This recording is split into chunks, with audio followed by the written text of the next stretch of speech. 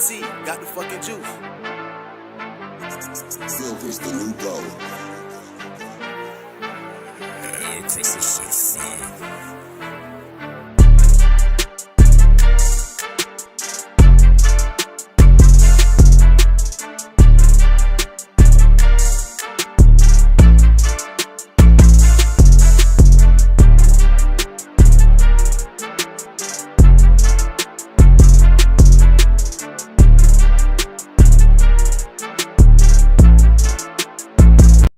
What's going on, everyone? Welcome back to another episode of JT Sports Live. I'm your host, JT. Hope everybody is having a wonderful afternoon because I know I had a wonderful weekend watching the NFL and college football. And on this episode, we're going to lead off the show discussing how Aaron Rodgers, who was supposed to be the savior for the New York Jets, has turned this franchise into a circus.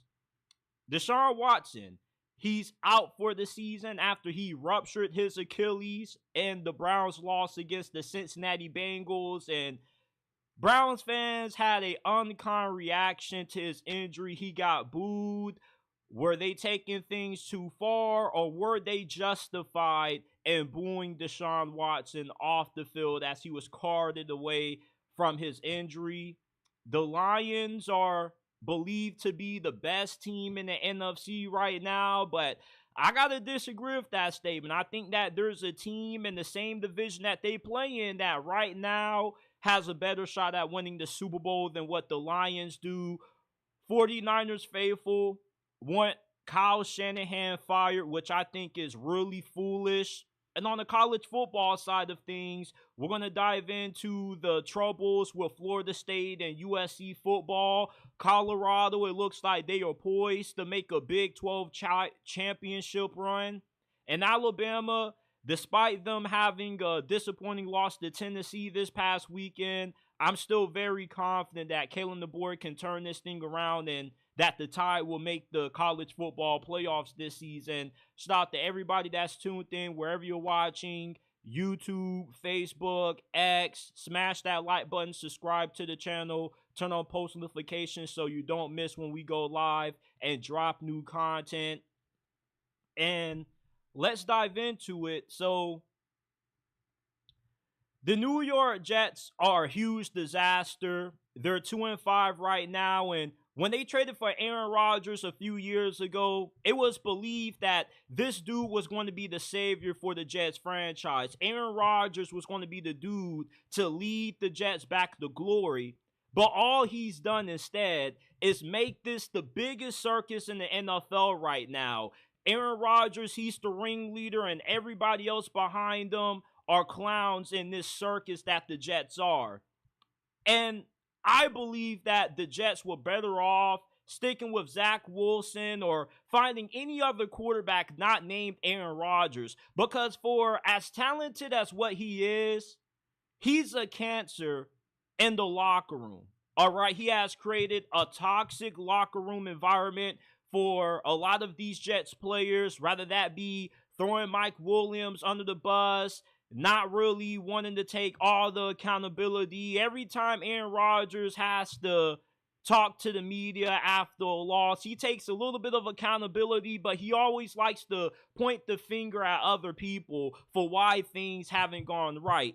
And Aaron Rodgers was going to be the sole factor in if the Jets were going to make a playoff run or not. And with how he's played these last couple of games, throwing 3 interceptions against the Minnesota Vikings, he didn't play good against the Pittsburgh Steelers on Sunday night. He needs to be held 100% accountable for the disaster that the New York Jets currently are right now. And he has set this franchise back even more years than what they already were behind when they made the disastrous decision to draft Zach Wilson second overall in the last couple of drafts ago. You know, the Jets right now, I can't take this team seriously, and they aren't going to turn this thing around. They aren't a well-coached team. The defense has dropped off ever since Aaron Rodgers got Robert Saleh fired. and you bring in Devontae Adams, which you thought would have improved the offense, but you only put up 15 points against the Pittsburgh Steelers. You got took to the woodshed in that game. Mike Tomlin put on a coaching clinic against Jeff Ulbrich. Jeff Ulbrich is obviously not qualified to be a head coach in the NFL, rather it be on an interim level or a full-term basis. This dude is in over his head. Aaron Rodgers has created this shit show. And it's up to him to find a way to get the Jets out of this hole, which is not going to happen. You're going to be able to beat the Patriots, but I don't see the Jets being able to beat any of the best teams on their schedule. Are they capable? Do they have the talent to do so? Yes, they do, but they don't have anything else that it takes to win outside of being a good roster. Winning football games in the National Football League isn't always about who has the best team. It's about having good chemistry, being well coached, and the Jets have none of those. This team is full of a lot of individuals that are out for themselves. Hassan Reddick, the dude is now showing up because the Jets redid his contract, but he doesn't really care about if the Jets succeed or not. All he cared about was getting his. Aaron Rodgers, he seems to only care about himself, because if he cared about what was best for this team, he never would have gotten Robert Saleh fired. Even if he didn't get along with the guy, everybody else loved Robert Saleh. The defense played at their best when Robert Saleh was the head coach. It's funny how Robert Saleh got fired after the Vikings beat them, yet the Vikings had the worst display of offense for the entirety of this season up to that point against the New York Jets. Sam Darnold struggled. They really couldn't get anything going offensively.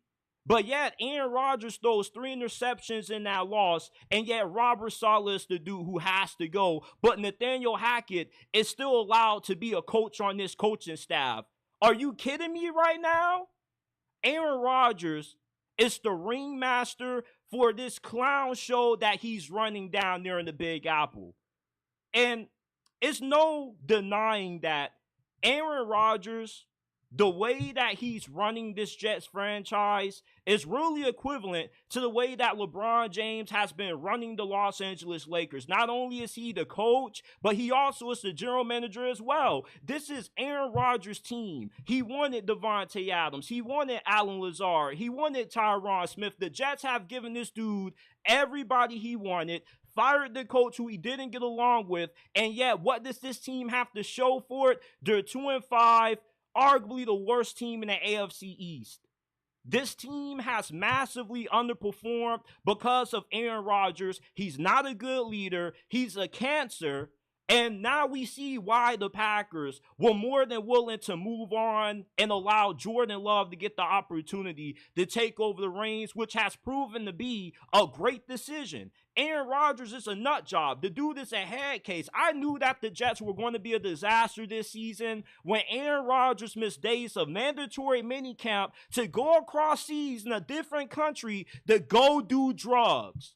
That's when I knew that this was going to be a shit show this year, because that is not what you expect out of the leader of your football team. You would never see Lamar, Patrick Mahomes, Joe Burrow, or any of the top quarterbacks in the game right now skip days of mandatory practice to go do drugs. Just because it's Aaron Rodgers doesn't mean that he gets a pass. Tom Brady never missed days of practice intentionally unless it was a family emergency or something like that. So Aaron Rodgers doesn't deserve a pass.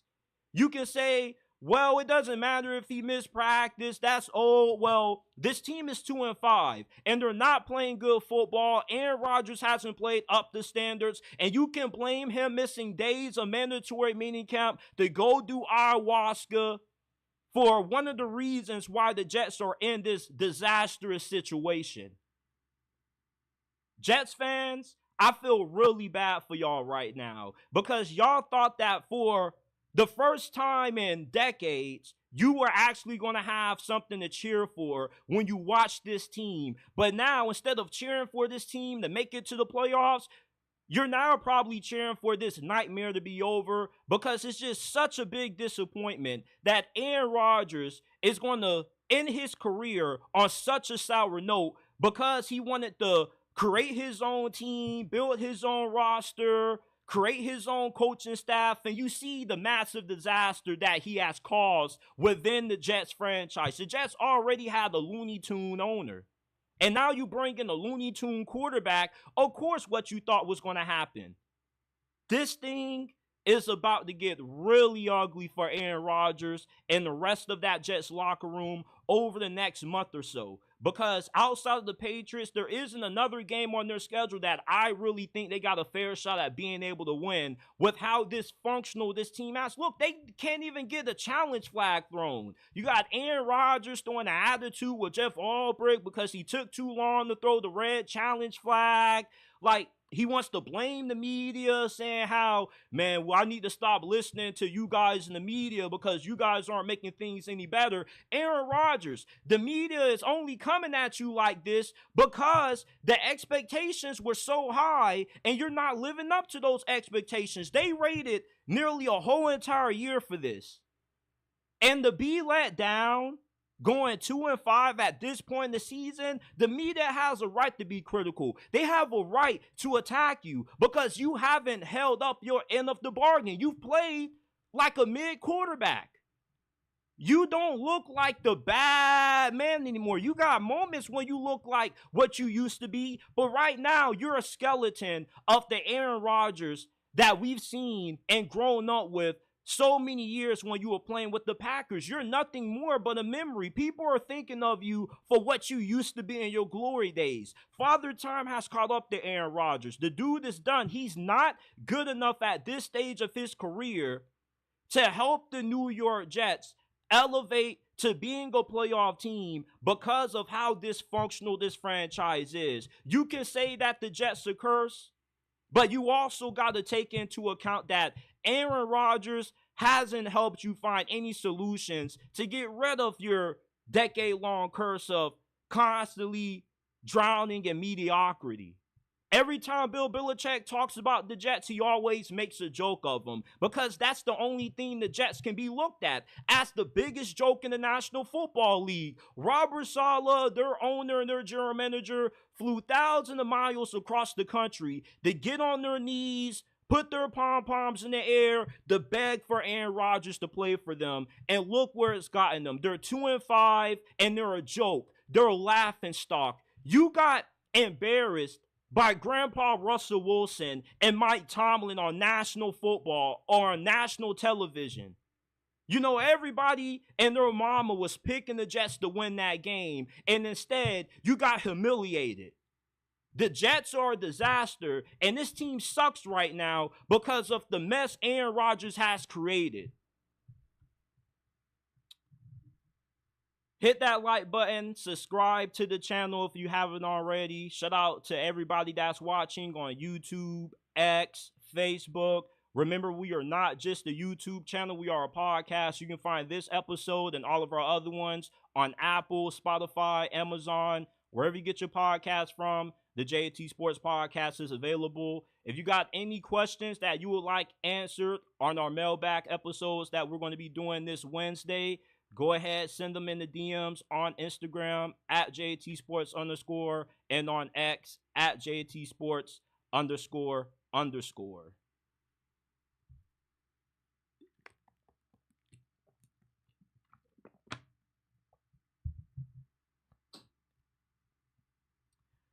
The Deshaun Watson situation with the Cleveland Browns took an ugly turn during the Browns' loss to the Cincinnati Bengals on Sunday, when early during that game, Deshaun Watson ruptured his Achilles. He got carted off the field, and the fans booed him. Now, was it an unclassy move by the Browns fans to boo Deshaun Watson when he got injured? Yes, it was, but I'm not going to say that it wasn't justified. Browns fans have a right to boo Deshaun Watson. People in the national media want to give out these sob stories about why Browns fans were wrong to boo Deshaun Watson. Oh, this dude's putting his body on the line for their entertainment, and for them to boo him was a classless move. It was classless, but let's not act like Browns fans don't have a right to utilize their freedom of speech. Browns fans have the right to express their disappointment and their frustration by booing Deshaun Watson when he got injured. Was it right? No, but I'm not going to say that I don't agree with them. I'm not going to say that I don't understand where they're coming from. People want to say that if it wasn't for the players, there wouldn't be no NFL. Well, if it wasn't for us as fans and consumers paying our hard-earned cash to go to these games, spend hard-earned time to watch these games, and we end up buying jerseys, buying merchandise, we have a right to voice frustration when players and coaches aren't playing up to our level of expectations. The Browns are giving this dude $230 million fully guaranteed to play like dog shit. They got a right to boo this man. You can say, well, they're kicking the dude where he's already down. So what? So what? Nobody has to feel bad for Deshaun Watson getting injured. I don't have to feel bad about this dude not playing up to the level of expectation. He's putting in all the work, he's training hard, and he still is producing bad results. It's his fault that he's playing bad, and therefore, he's getting the reception from the fans to reflect his level of play. This is what comes with sports. When you're an athlete and you're getting paid millions of dollars, you're going to get criticized. You're going to get scrutinized when you don't perform up to the level of expectations. Just because these fans aren't putting on the pads every single Sunday doesn't mean they don't have a right to voice their displeasure. I'm not saying that I agree with Browns fans booing Deshaun Watson, but I'm not going to come out here and act like I don't understand where they were coming from somewhat. Everybody likes to always talk about freedom of speech, how people have a right to express themselves, but as soon as people want to boo a quarterback that's getting $230 million fully guaranteed for playing like dog crap and getting into some questionable situations off the field, the fans get villainized for it? No, how about Deshaun Watson play some better football? Yeah, he didn't expect to go out there and get injured, and if he had it his way, he would have been fully healthy right now, but the dude got injured, and the fans gave the response to it. And it's not necessarily all on Deshaun Watson. They also were booing Deshaun Watson when he got injured, and some way trying to get back at Jimmy Haslam, the current owner of the Browns, for the stupid decision to give him that contract and the mess that this franchise is in right now. Fans have a right to voice when they're unhappy with the product that they pay their hard-earned cash to see. If you're a Browns fan and you pay to go watch a Browns game and you got to see the tragic quarterback play that Deshaun Watson puts out on the field every single week, you got a right to voice your displeasure. People just make it seem like the fans need to go to games or watch these games and not have an opinion when that's wrong. Just because you're a player doesn't mean that you're the only one who's entitled to have an opinion. It doesn't mean that you're the only one whose voice matters, because if it wasn't for these Browns fans, Deshaun Watson wouldn't have that fully guaranteed contract that he hasn't deserved with how he's played. Browns fans feel cheated. They thought when they got Deshaun Watson, this was going to be the missing piece to them getting to the Super Bowl, and instead, he's been a core piece and furthering setting back this franchise years than what they already were behind. Baker Mayfield has been balling out with the Tampa Bay Buccaneers. That's because the Tampa Bay Buccaneers are a functional franchise. They actually have some stability now in that front office. The Browns don't have that. And the fans now, they're over it. They want change. And their way of trying to go about creating change was booing Deshaun Watson when he got injured. Fans don't have to feel sorry for these dudes. Just like how these players don't feel bad for fans. You know, like, I really could care less about Cleveland Browns fans booing Deshaun Watson, because this is what comes with sports. Was it a classless move on their behalf? Yes, it was, but it was definitely more than justified with how bad Deshaun Watson has played his last couple of years in Cleveland, and the fact that he also doesn't help out anything with how bad his off-the-field situations have been with all these sexual assault cases. I'm not saying that this dude isn't, I'm not saying that this dude is guilty. But let's not also make it seem like this dude is innocent, because this dude has like 26, 27 sexual assault cases that he had to settle. You know, it's not like these masseuses were just targeting Deshaun Watson because he was an athlete, because he probably wasn't the only athlete that they were massaging. And I understand that sometimes these masseuses do come on to these athletes and they do have casual sex. But when you have 26 allegations against you, you did something to set yourself up where you were put in that situation. So let's not try to make it seem like Deshaun Watson shouldn't be held responsible for those 26 allegations that people penned against him that he eventually had to pay money to settle. You know, the Browns knew all of the drama that this dude had going on, and yet they still continued to give this dude a fully guaranteed contract. This is what happens when you have a dysfunctional organization that makes bad decisions and the fan base grows to be sick and tired of it. And when the Browns faithful booed Deshaun Watson when he ruptured his Achilles, he was getting carted off the field. That was them showing their frustration, showing that ownership that they want something to change. They want to see some difference on the field. Browns fans have been tortured for decades supporting this ball club because of the stupid decisions that this front office continues to make, and they deserve better. I don't feel bad for Deshaun Watson. This dude is getting $230 million fully guaranteed. He's well off. He ain't playing football no more this year, but he ain't struggling for cash. Why should I feel bad for him? He's a human, but he still is playing NFL football, and getting booed by fans is what comes with it. When you're down, people in this world oftentimes are going to kick you while you're down and make you go even lower than what you already are. But it's up to you as an individual to rise above it. And Deshaun Watson, as much as I didn't like to see the dude break down after the injury and all his teammates came to his defense, Jameis Winston, Myles Garrett, saying that the dude isn't a bad person, he was always a model citizen off the field until those situations. Yeah, that was the problem. He was a model citizen until those situations took place. So it's not like the dude getting booed was unwarranted. It's not like Nick Chubb got injured again and Browns fans were booing him. They were booing Deshaun Watson, the player and the person, and they got the right to do that. We live in America, freedom of speech. Everybody likes to always talk about how we got that and how sometimes people's freedom of speech kind of gets a little bit limited. So we're going to limit Browns fans' freedom of speech for them voicing how upset they are with the garbage quarterback play that they've been seeing out of a dude that's getting paid $230 million fully guaranteed.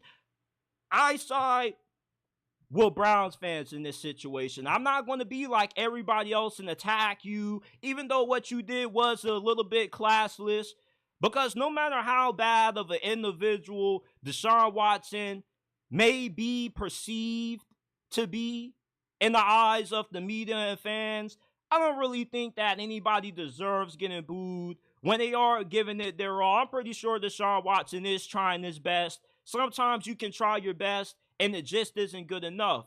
But even though, you know, it was a classless move by Cleveland fans to boo him, let's not act like, you know, they didn't have a right to voice their frustration. They were justified to boo him. As much as, you know, a lot of people aren't going to want to hear that, it's the truth. Nobody has to cheer for you if you're not playing well. Just because you get injured doesn't mean that you got to get cheers. Deshaun Watson, he got booed, and when fans boo you, it's not because it's unjustified. You know, fans have reasonings for why they do things, and in this situation, Browns fans booed Deshaun Watson because they were frustrated with how bad he's played, the fact that he's getting injured, he can't play no more, and the Browns ownership made a terrible decision to give this dude one of the largest fully guaranteed contracts in the history of sports, and Browns fans are now voicing their frustrations with all of the BS that's been going on that they've had to deal with for so many decades, and they're tired of it. They're tired of it, and when they booed Deshaun Watson off that field, that was their frustrations reaching the epitome of the boiling point. Shout out Ravens Big Trust. He says, go Ravens, Lamar Jackson, King Henry.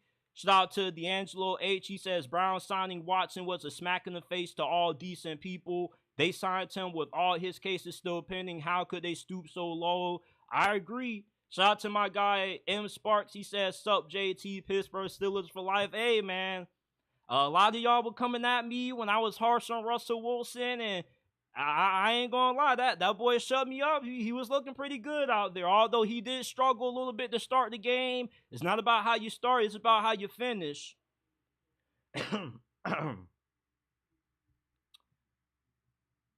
The Detroit Lions are currently 5-1 right now, tied for first place in the NFC North. But right now, despite how well that team has played, Jared Goff is looking like a front runner to win MVP. I still don't believe that the Detroit Lions are the team to beat in the NFC. And I'm still rolling with the Green Bay Packers to win it all this year.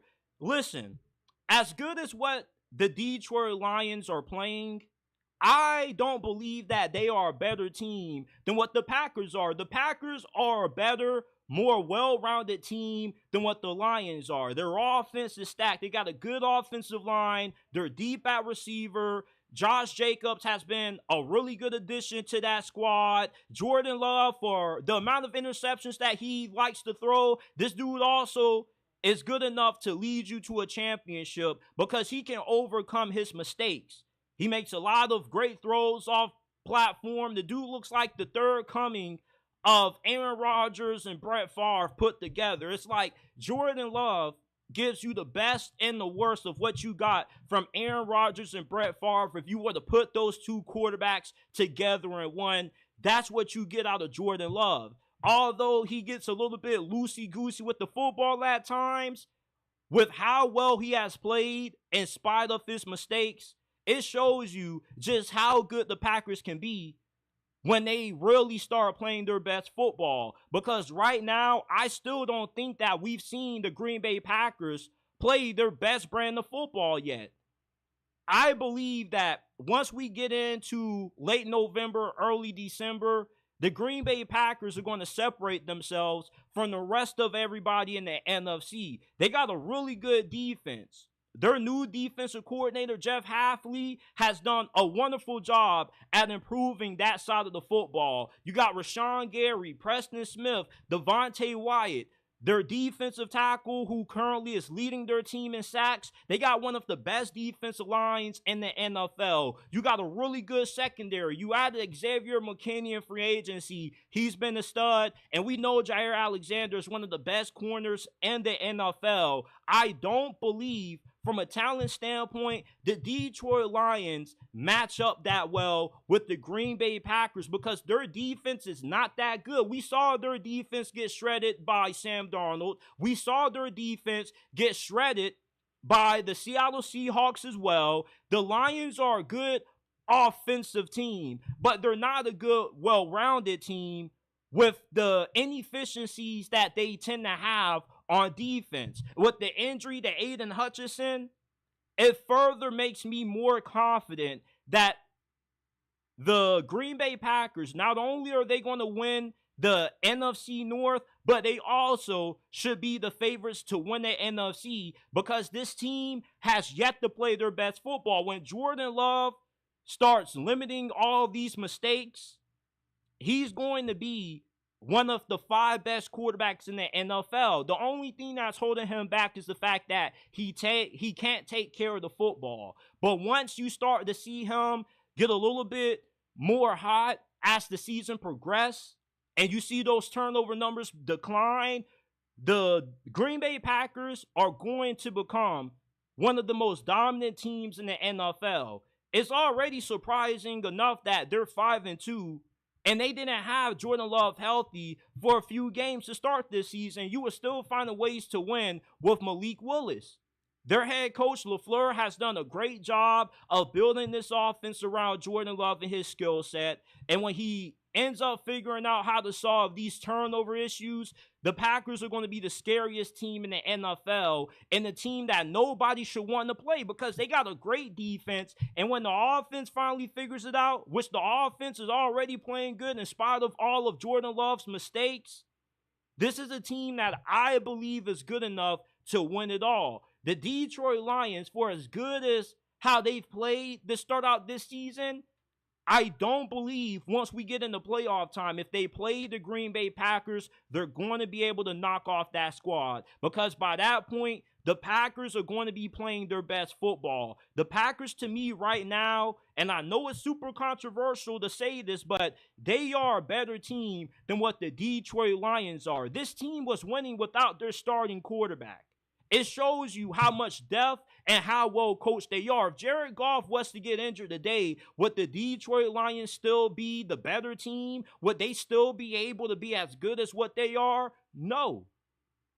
The Lions have a good squad. I'm not trying to take anything away from them. All I'm saying is that I don't feel like the Detroit Lions right now are better than what the Green Bay Packers are. The Green Bay Packers have a much better chance at making it to the Super Bowl, making it out of the NFC with how good of a quarterback Jordan Love is and how good their defense is in comparison to the Lions. The Lions' defense is really inconsistent. They got a really good defensive coordinator, but you know, with the injury to Aiden Hutchinson, the inconsistent secondary play, I love Green Bay more than I love Detroit to win the NFC at this point.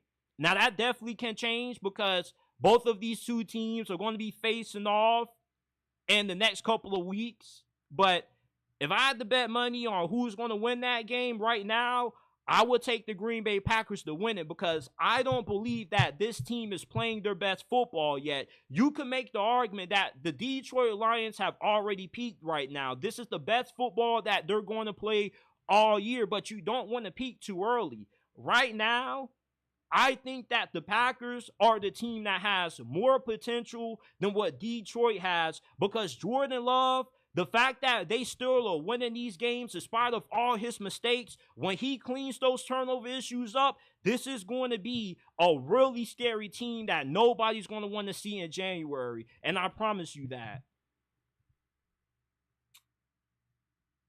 Now, before we move on to some college football talk, we got one last NFL topic that we got to hit on. 49ers faithful want Kyle Shanahan to get fired. So the 49ers are now 3-4 after once again falling to Kansas City.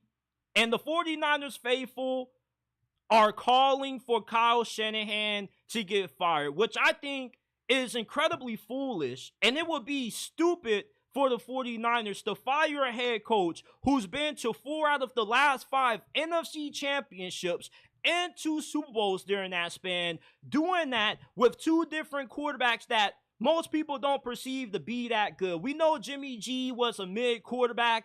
Brock Purdy, in my eyes, is an elite quarterback, but in a lot of people's opinions, this dude is a system quarterback. So the fact that Kyle Shanahan was able to win with Jimmy Garoppolo, who's like above average backup, and Brock Purdy, who was the last pick of the NFL draft a few years ago, shows you how good of a head coach Kyle Shanahan is. And for the 49ers fans that want this dude fired, that means that you want to go back to what you were before Kyle Shanahan got there, because the 49ers are not one of those organizations that consistently make the right hires at head coach. When you fired Jim Harbaugh, it took you 3, 4, 5 years of mediocrity to run back to a good coach when you hire Kyle Shanahan. Now you're going to fire Kyle Shanahan and go right back to being garbage again? Come on now. Firing Kyle Shanahan will be one of the worst decisions that this franchise has made, alongside of when they made the decision to fire Jim Harbaugh.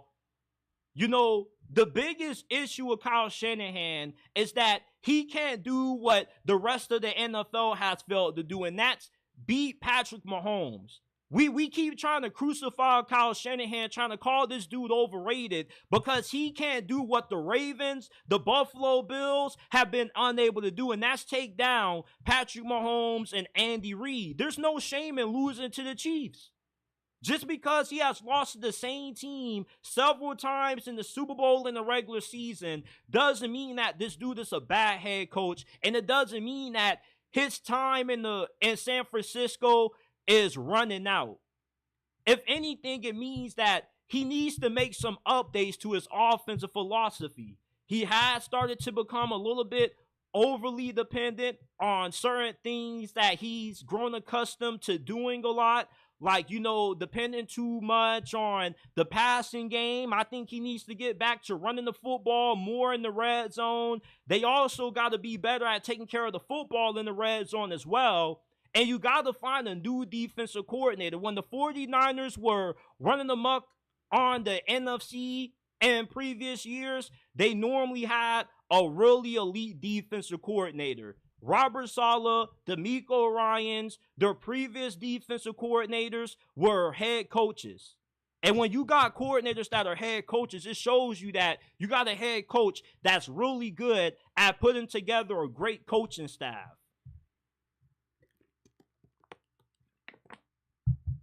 The only problem with Kyle Shanahan is that he hasn't brought back Robert Saleh yet, and Chris McCaffrey is still banged up, along with a boatload of other injuries. But it still doesn't mean that he should be fired.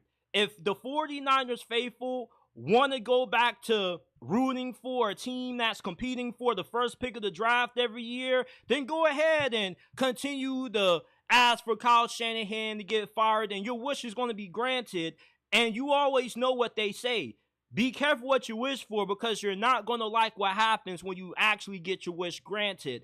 Firing Kyle Shanahan will be the worst thing this franchise has done since they fired Jim Harbaugh. It took you years to find a good head coach once you got rid of Jim Harbaugh. You really want to go back to being on the pits of despair, firing Kyle Shanahan, who has been one of the 5 best coaches in the NFL over the last 5 years? There's not too many coaches that have done what Kyle Shanahan has been able to do within these last couple of years. This dude has one of the best resumes among active head coaches right now. It would be a stupid decision to fire him when the 49ers have had so much success. You just went to a Super Bowl last year. The year before that, you probably could have went to another Super Bowl if Brock Purdy never got his elbow injured in that NFC Championship game against the Philadelphia Eagles. Why are we trying to make it seem like Kyle Shanahan is incapable of being able to lead the 49ers to a championship when he's come really close to winning one these last couple of years? He's been the most dominant head coach in the NFC outside of Sean McVay. And Sean McVay, it even took him a while to get his first ring. Just because you don't have a Super Bowl and you've come up short in those games doesn't mean that you deserve to get fired. You know what makes no sense to me? Fan bases who are there, who are near winning a Super Bowl, who just because they've come up short the last couple of years, all of a sudden they need to fire the head coach, they need to fire their GM, and need to start over. So you get close to winning a Super Bowl, right?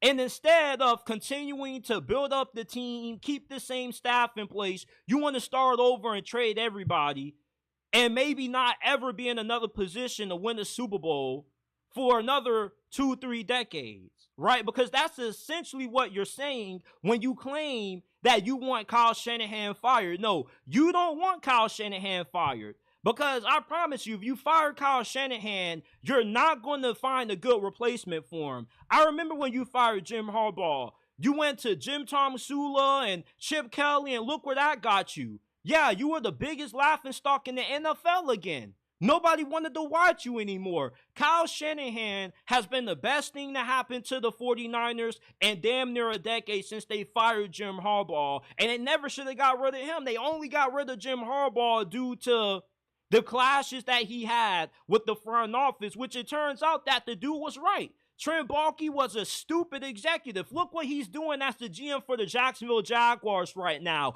That clown drafted Trayvon Walker over Aiden Hutchinson. The 49ers front office are not really that good when it comes to making good coaching hires. And Kyle Shanahan is one of the best head coaches that the 49ers have ever had since the days of Joe Montana and Steve Young.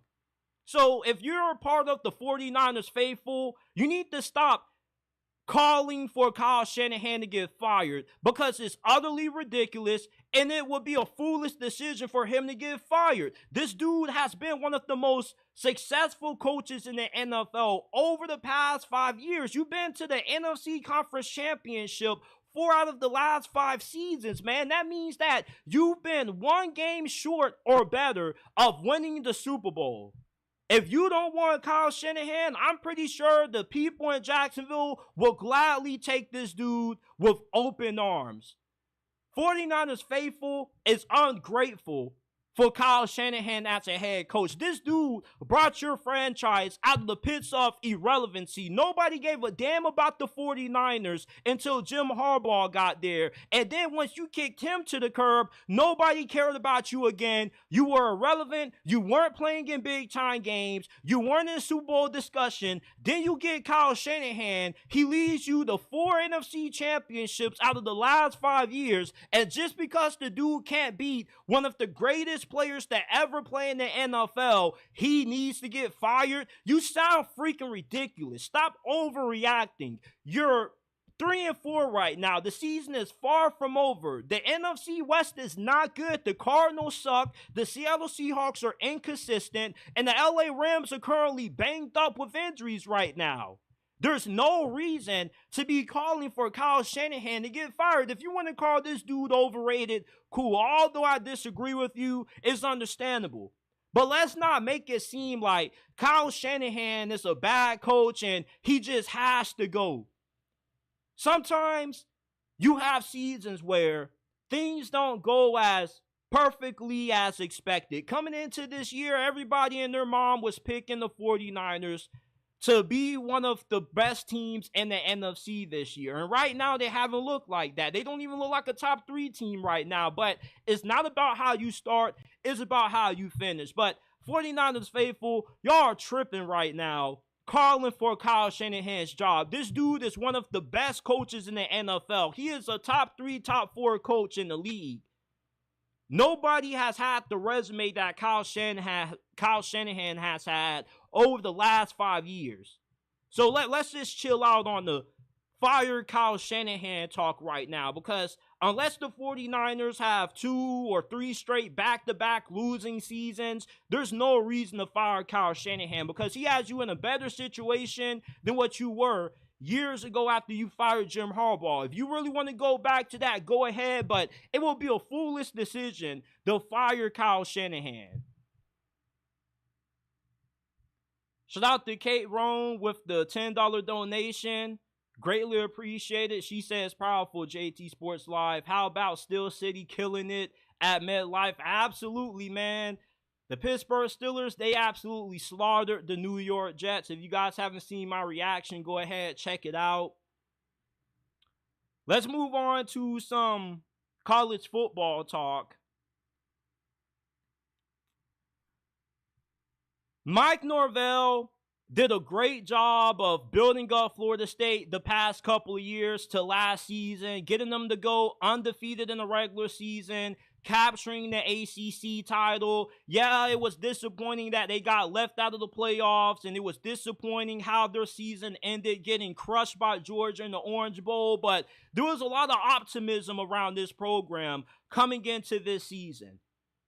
And for as much good things that Mike Norvell has done building up this Florida State program, in the span of only a few months into this year, he has quickly burned down all of the goodwill that he has built inside of this Florida State program, because for as quickly as Florida State rose back to prominence, they quickly have for as quickly as how fast Florida State has rose back to prominence, they've quickly fallen right back into the pits of irrelevancy. And they're on pace to finish with the 2-11 record this year, which would be one of the worst seasons in Florida State football. And Mike Norvell, he has tanked the future of Florida State's football program for the foreseeable future, because what he did his first 3 years, you now have to pretty much ignore it and scrap it with how bad of a season Florida State is having right now, because your recruiting has taken a massive hit. You're right now ranked 33rd with your upcoming recruiting class behind Duke and UCF, who are out recruiting you. Not only are you getting out recruited by UCF and Duke, but Duke beats you for the first time in the history of their program. That's embarrassing. And now it looks like it's going to take a while for Mike Norvell to get Florida State back into the position that they were last season. And there's a really strong chance that Florida State might not ever have the season that they had under Mike Norvell in 2023 ever again. They may not ever be an ACC championship contender as long as this dude is the head coach. And for as much good faith as what he has built his first couple of years in this program, he quickly has erased all of it with how bad of a season they're having. This team just sucks at everything. Their defense is okay, but offensively, they can't block nobody. The quarterback play has been dreadful. The receivers have been terrible as well. Everything with Florida State football has sucked, including the coaching. After every game, when you listen to Mike Norvell's press conferences, he always says, man, we got to do a better job of coaching up this team and having these guys ready to play. So why isn't that things are not getting better? Why is it that Florida State continues to suck week after week? They can't even beat Duke. You struggled to beat Cal. There's a good chance that you might not even be able to beat Charleston Southern. Florida State, to me, isn't even better than FAMU. The best team in Tallahassee right now is Florida A&M, not Florida State. If FAMU and FSU were to play today, I would bet $1,000 that FAMU wins that game. Because FAMU right now, they actually have a football program. They actually have a culture. They actually have a good locker room. Florida State doesn't have that. They got a bunch of mercenaries there that are only there for the opportunity. They're not there to help make Florida State a better football program. They're just there to get paid, make some plays, and move on to the next level. You see, when you build a team through the transfer portal, you don't have guys that are willing to come into your program and sacrifice the blood, sweat, and tears necessary to get your program to a national championship level. The transfer portal is only good when you get a couple of pieces here and there, or when you just got to rebuild in year one. But when you're constantly going to the transfer portal to assemble your roster and you're using it to make up for your lack of recruiting, you put yourself in the bad situation that Florida State finds themselves in right now. And with how bad 2024 has gone from them, this season is going to set this program back 3-4 years, because it's going to be hard to come back from a season this bad when you're going to get murdered by Miami and you're going to be a 10-win team or 2-win team. You go from being undefeated in the regular season to now being one of the worst teams in all of college football within the span of a year. Everything that Mike Norvell did his first couple of years with this program, building them up to win the ACC, to be a playoff contender, has now been erased with how bad of a season this is. We don't even know if Mike Norvell is a good coach anymore with how left things have went for Florida State. This coaching staff is terrible. And everybody before this season started inside of that Florida State program was making it seem like this was a top 10 team from a talent standpoint. This is why I was never high on Florida State, because last year was a peak season for them. You can't judge teams based off what they did off one good year of football. You got to judge a team based off what they have done on a consistent basis throughout the last 3-4 years. What you do one year doesn't define what you're going to be moving forward as a program. What you are as a program in the future is defined by the body of work that you have put in place over the last couple of years. If Florida State was a consistent 10-win team, then it would be understandable for them to get a lot of playoff hype. But the same hype that people have for Mizzou coming in, and you see how bad they've looked when they play good teams, it's the same reason Florida State was overhyped coming into this season. People's expectations was based off what they did during a peak season and not based off the body of work that they've put on display the last 3 years. And for Florida State, there's a chance that Billy Napier may actually end up saving his job, and the Gators have a better season than you do, on top of crushing you in the process.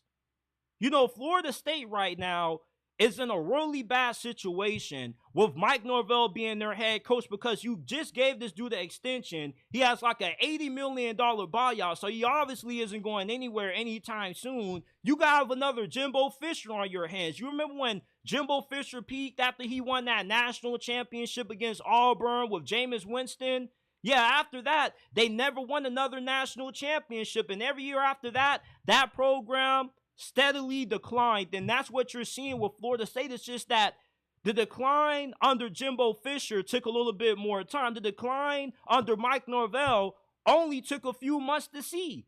As soon as they made the decision to pay DJU and bring him in via the transfer portal, I knew this program was screwed. Because now you can't even trust Mike Norvell to be a good scout or a good developer of talent, with the fact that this dude actually thought that DJU was going to be the best quarterback to lead this team to the level of success that they had last season. The fact that this program has struggled to evaluate talent in the transfer portal shows you that you can't have too much faith in the recruiting, because how many recruits can you say Florida State has developed and turned them into NFL caliber prospects? Not too many. You know, all of the guys that have gotten drafted from this program under Mike Norvell have mostly been transfers. Not a lot of guys that they are sending to the league have been guys that they have recruited out of high school and that they have developed. Mike Norvell, I thought this dude was on his way to becoming a really good head coach, a really good program builder, but instead, he may look like the second coming of Willie Taggart or Jimbo Fisher, because I want to be against Florida State's alumni backing, buying out Mike Norvell's $80 million contract and replacing him with Deion Sanders. Because at least with Deion Sanders, you know that you're going to have great recruiting and your program's going to have a lot of juice and hype around it. And based by how bad Florida State has played this year, Deion Sanders has looked like a better coach than what Mike Norvell has over the last couple of weeks, or just with how this season has gone. So you might as well go ahead and bring Deion back to the place that he made himself a household name. He's a Florida State legend, even though he, for some weird reason, doesn't like to claim Florida State anymore. But nonetheless, Deion Sanders will be a much better head coach for Florida State than what Mike Norvell is right now, because Florida State's program is trending in the wrong direction. This program went from being, on top of the world to now being worse than what the Florida Gators are. For Florida State right now, they're in hell. And Mike Norvell has tanked the future of Florida State football with how bad this season has been, because this is one of those years that sets you back several seasons. It's going to take Florida State after this year a few years to rebuild until they're able to get back to a level where they can actually compete for this conference.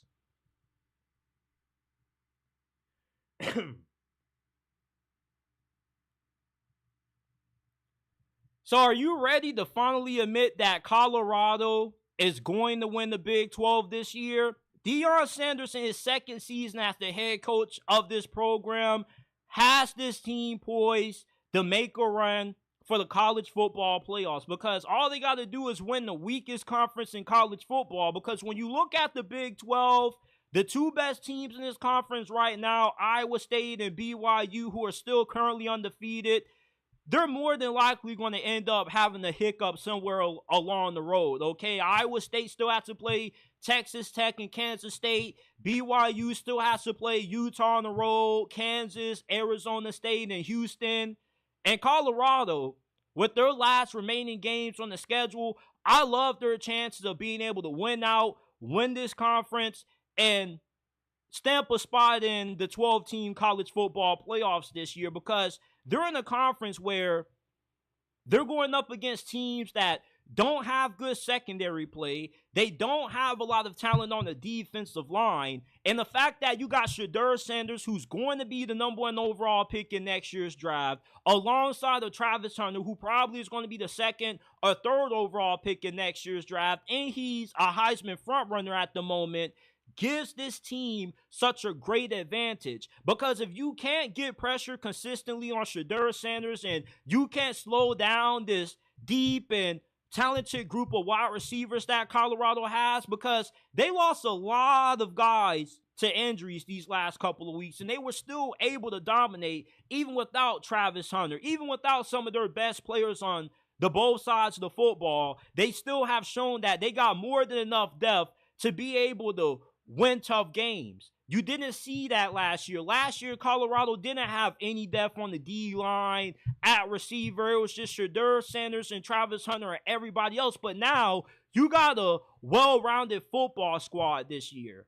Colorado, the haters aren't going to want to admit it, but this team is good enough to win the Big 12 championship. I've been trying to tell you guys this since the start of the offseason, that Colorado was going to be a factor in the Big 12 title picture, because this isn't the SEC, this isn't the Big 10. Hell, the Big 12 this season is nowhere as close to being as good as what the Pac-12 was last year, when you had Bo Nix, Michael Penix, and a bunch of other quality teams.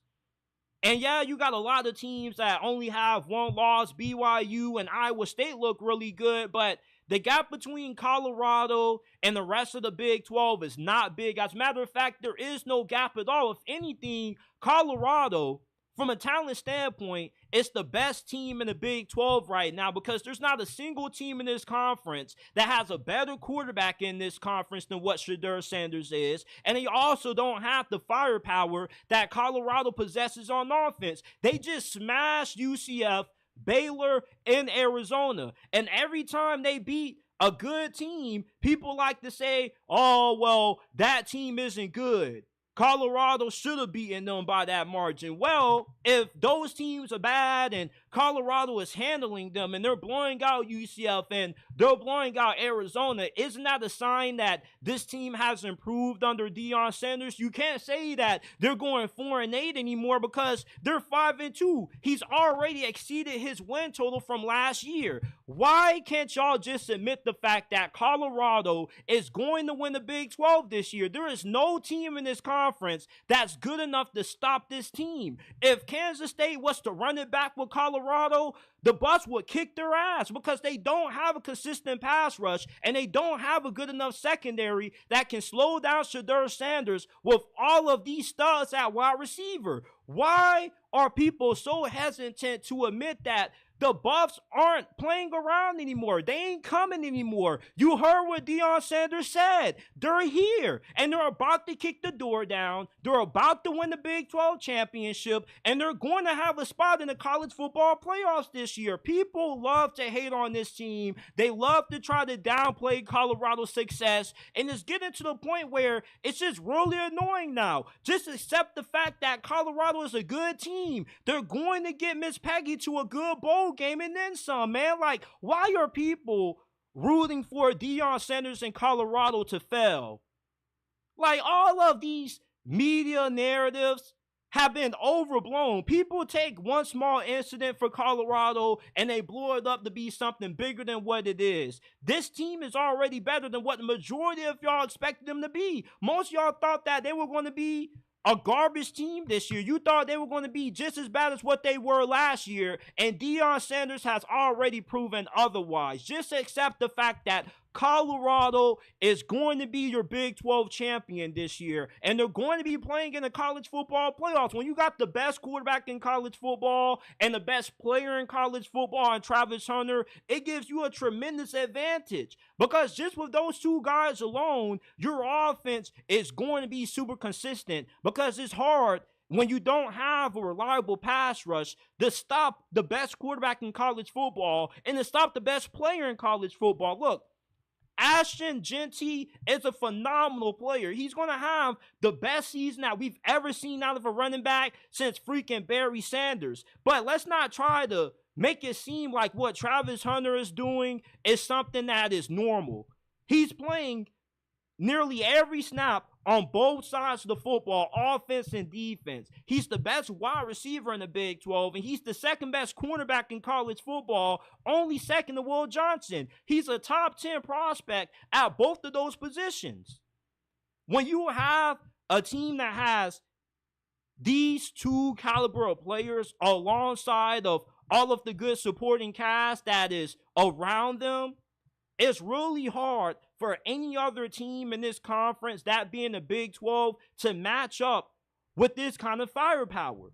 Arizona, they had a lot of guys banged up on defense. Colorado had injuries, and they were still able to overcome them. So in some capacity, Deion Sanders has taken the transfer portal, and he's used it the same way that NFL teams utilize free agency. He's treating the portal like the free agency of college football, and that's why Colorado has more depth than a lot of teams in the Big 12. A lot of teams in the Big 12 got really good coaches. Mike Gundy, the head coach, Chris Kleiman at Kansas State, he's really good, but they don't have the kind of roster from a talent standpoint that Deion has. The offensive line has improved. The defensive line has improved. The defense in general has improved nearly every single game.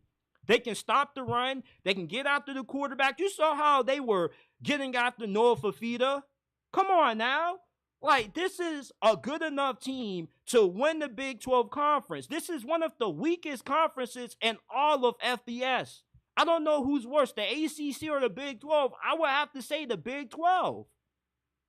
When Colorado wins the Big 12 this year, a lot of y'all haters are going to have to eat crow with all of that crap y'all was talking out of your mouth about Coach Prime, and people don't want to admit it, but they were wrong about Deion Sanders. When they wanted to call this experiment, yeah, it's an experiment gone right. Nobody expected Colorado to be as good as what they've been up to this point this season, other than me, because I had this team going 10-2, winning the Big 12. I got a lot of evidence to back that up. Go check out my TikTok at JT_. Just go through some of our content that we made in the off season. We were really high on Colorado, but everybody wanted to say that we were glazing Deion Sanders. We were overrating this squad. Watch when Colorado wins the Big 12 this year. I can't wait for it to happen.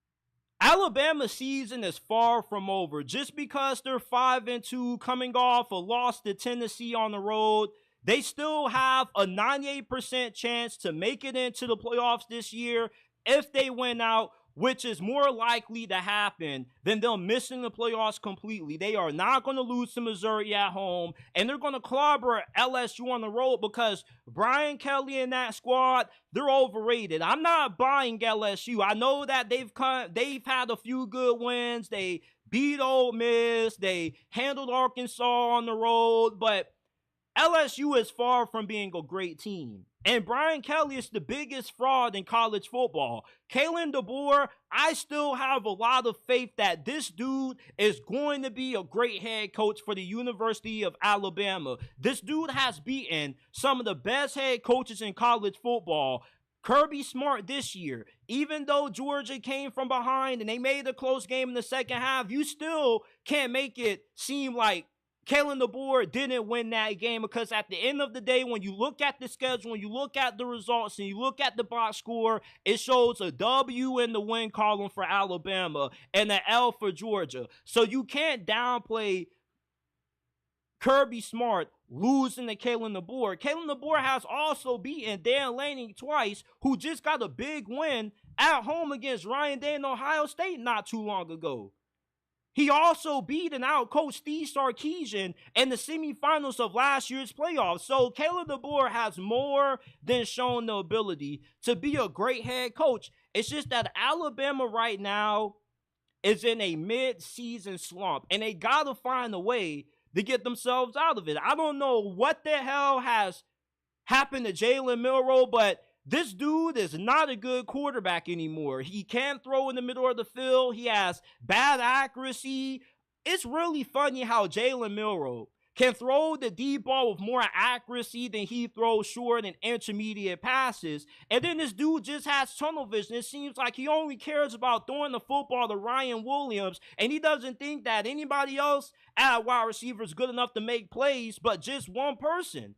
Like, Kalen DeBoer has some things that he has to clean up, but that's with every coach throughout the course of a season. You know, with how oversaturated the SEC has become due to conference realignment and the schedule changes that they have made, you're going to have years when there is no dominant team in this conference. Texas just got boat raced by Georgia.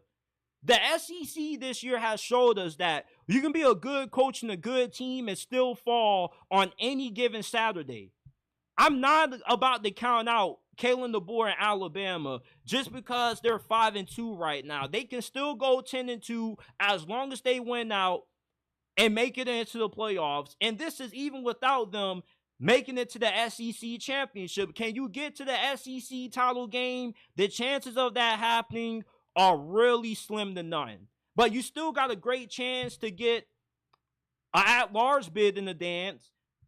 There are not too many teams that the committee are going to be willing to put in the playoffs over Alabama. If Indiana goes 11-1 and their only loss is to Ohio State, and you got a 10-2 Alabama that has to go up against a 11-1 Indiana for one of the final spots in the playoffs, who do you think the committee is going to go with? They're going to go with Alabama because Alabama's win over Georgia still is a great resume builder for them to get into the playoffs as long as they can win out. This team has a lot of talent. We saw last week the defense play really well against Tennessee, who has one of the most explosive offenses in the nation. That offense last week showed the ability to be able to put points up on the board against a really great Tennessee defense. But it's just that Alabama right now, they just aren't playing good football. They're undisciplined. They're beating themselves. Jalen Milroe has been throwing costly interceptions in the red zone the last couple of weeks. It's just they haven't been playing winning football. I really believe that Alabama is beating Alabama more than Alabama losing to Vanderbilt and losing to Tennessee. Like, to me, they didn't get beat by Tennessee. They beat themselves. Same thing with Vanderbilt. I have yet to see a game where Alabama has played in where they just got completely dominated and they didn't have a single chance to win the game at all. They had a chance to beat Vanderbilt. They had a chance to beat Tennessee, and they just beat themselves with questionable coaching decisions. Like, what the hell are you doing? Calling the screen pass on 4th and 22. Like, what kind of madness is that? If anything, just go ahead and throw a Hail Mary to Ryan Williams if that's what the play call is going to be. That's the most creative you can get, Kalen DeBoer. And you're supposed to be one of the best offensive minds in college football. Like, look, I refuse to believe that Alabama made the wrong hire by replacing Nick Saban, one of the greatest head coaches in the history of football, the GOAT head coach of college football, with Kalen DeBoer, because this dude has won everywhere he's been. He was winning NAIA national championships at his alma mater. He won at Fresno State. In only 2 years, he took Washington from being irrelevant to being a national championship runner-up. This dude has won everywhere he's been. He's a winner. And there's no way that he can go to a program like Alabama with more resources than what he's ever had at any stop he's coached at and just become a worse head coach. I don't think he's Don Shula 2.0. I don't think he's Gene Chizik because his resume has shown otherwise. This dude is a winner. And I'm willing to die off this hill that Kalen DeBoer is going to turn this season around. Alabama is going to win out. They're going to smack Missouri at home. They're going to smash LSU in Death Valley. They're going to win the rest of these games, and they are going to punch their ticket into the college football playoffs this year. Mark my words, I refuse to give up on Kalen DeBoer. This dude is a great coach. We've seen it in the past, and I'm pretty sure we're going to see it again. Alabama just has to find a way to make corrections, and they've already have made corrections, man. They just got to be more disciplined, and they got to be more level-headed in these crucial late-game situations. You can't be having these stupid penalties for unsportsmanlike conduct when a guy gets in your face and you retaliate and you punch him in the helmet and the ref sees it and he calls a flag on it. Like, Alabama, I don't think they're in a bad spot right now. As long as they win out, they got a 98% chance to punch their ticket into the playoffs this year. I still believe it's going to happen because I believe in Kalen DeBoer. I don't believe in Jalen Milroe, but I do still have faith in Kalen DeBoer. The last thing we're going to talk about before we get up on out of here is this. USC is in a really bad position with Lincoln Riley as the head coach. So USC is now 3-4 after choking another lead in the fourth quarter, this time against Maryland. They were up 14 points, and then out of nowhere, Maryland comes back and wins the game. And in the post-game presser, they asked Lincoln Riley, why can't USC finish games? And his answer was really disturbing because all he had to say was, I don't know. And USC has now choked away 5 wins this season. They were outscored 14-0 in their 34-17 loss in the fourth quarter against Minnesota. They choked a 20-3 lead after halftime against Penn State. And they gave up a game-winning touchdown run against Michigan. The Big Ten, not only is just too much for Lincoln Riley and USC, but Lincoln Riley, just with his philosophy of how he wants his teams to be, they're just too soft and too finesse. They handle the toughness that comes with playing big boy football in this conference. And USC, they didn't make a good hire. They just paid Lincoln Riley a lot of money because they thought he was a good coach, but he wasn't a good culture fit. Lincoln Riley was a better fit as the head coach for Oklahoma than he was for USC. USC is just too big of a brand, too big of a program for a guy like Lincoln Riley to handle the high expectations that always comes when you got to coach this kind of program. And although a lot of people don't really seem to view USC as a blue blood, this is still a program where their history and their tradition is always brought up. When people talk about USC, they talk about what they used to be in the glory days under Pete Carroll. Now, when you look at this program, they're more Nebraska than they are, if anything. Because people always reminisce on the past. Reggie Bush, Matt Leinart, Carson Palmer. Nobody ever talks about what USC has done recently. You know, I thought the first year for USC, when they hired Lincoln Riley, was a little bit of an outlier because they won 11 games. And although they did lose in the Pac-12 championship and they lost to Tulane, it was still a very successful season for Lincoln Riley. But these last couple of years have been really disturbing because their NIL situation still really isn't improving that much. Recruiting is getting a little bit better, but how good is your class going to be with all of these crazy losses that you continue to choke? I mean, USC right now should be a one-loss football team at worst. At best, they should be undefeated because they just don't know how to close out games. And the reason why they struggle to close out games is because they don't run the football. The best way to hold on to the lead is by running the football so you can take time off the clock. But Lincoln Riley can't do that because this team is too Swiss cheese for it to happen. They don't have the necessary talent up front to be able to run the football dominantly. And on the defensive line, they're still not that good because another reason why USC continues to lose these close games is because they keep having these costly missed tackles late in the fourth quarter that allows teams to get in positions to beat them. So you got a team that is weak up front. You got a coach that right now doesn't look like a good culture fit for USC. Right now, USC is just in a really bad situation with Lincoln Riley being their head coach. And I wouldn't be surprised if they ended up firing this dude once the season concludes, because I think Lincoln Riley personally will be a better fit for the University of Florida. It's not like the dude can't recruit. He can recruit. It's just that right now, the situation in USC, whatever is going on with him and the administration when it comes to NIL and whatnot, it's not working out. And Lincoln Riley still, to me, is a very good coach. He was able to beat LSU the first game of the season, despite all of the controversy that went into that game of USC trying to get out and people saying that LSU had the better team, the better roster. So the fact that Lincoln Riley was able to beat one of the best teams in college football at the moment shows you that this is a coach that is good enough to win big-time games. And all 4 of their losses this year have come to last-minute choke jobs. It's just that this team doesn't know how to finish. And this conference just isn't good for the football that Lincoln Riley likes to play. Finesse, win on the perimeter, because he doesn't have the mindset, he doesn't have the mentality to be a head coach that can thrive in a hard-nosed conference in the Big Ten.